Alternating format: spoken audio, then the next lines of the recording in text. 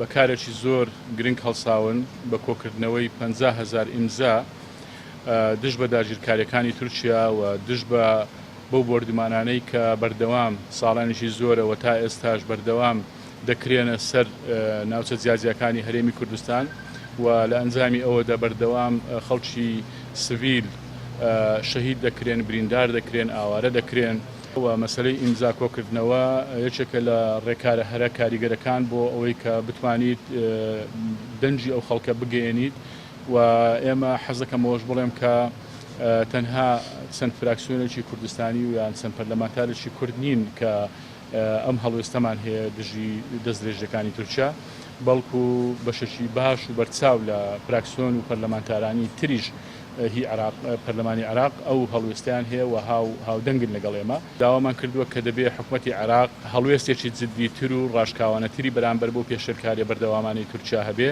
لەم دەورەیەش 53 ئیمزای پەرلەمانتارانمان کۆکردەوە بۆ ئەوەی دانیشتێکی تایبەت بەو مەوزوعەدا بکرێەوە بڕیاری لەسەر بدرێ. بەڵام لە ئاستی هەرێمی کوردستان بەداخێکی زۆرەوە، یعنی هەم حکوومەتی هەرێمی کوردستان هەموو دام و دەستگا ڕسمیەکانی هەرێمی کوردستان هەڵوێستێکی جددیان بەرامبەر بەو مەسەلەیە نەبووە کە دەبوایە خۆیان بە بەرپرسیار بزانن بەرامبەر بە ژیان و گوزەرانی هاوڵاتیان بەرامبەر بە سەروەری خاچی هەرێمی کوردستان پاراستنی سنوورەکان، بەڵام بەداخەوە ئەوە نەکراوە.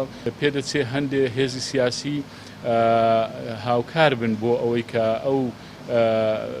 ئەو بۆردمانانە بەردەوام بن. لە 36ەوە هەستاوین بە کۆکردنەوەی واژۆ، ئەمەش لە پێناو دەرکردنی سوپای تورکیا بووە کە داگیرکاری کردووە بەرامبەر بە خاکی هەرێم، بەرامبەر بە سەروەری عێراق. 50,000 واژۆ کۆکراوەتەوە. ئەمەش لە پێناو گەیاندنی دەنگی خەڵکی مەینەتی ئەم وڵاتەمان بووە بەرامبەر بە پەرلەمانی عێراق کە ڕۆژانە خەڵکی مەدەنی لەلایەن فڕۆکەکانی داگیرکاری تورکیاوە دەبنە قوربانی.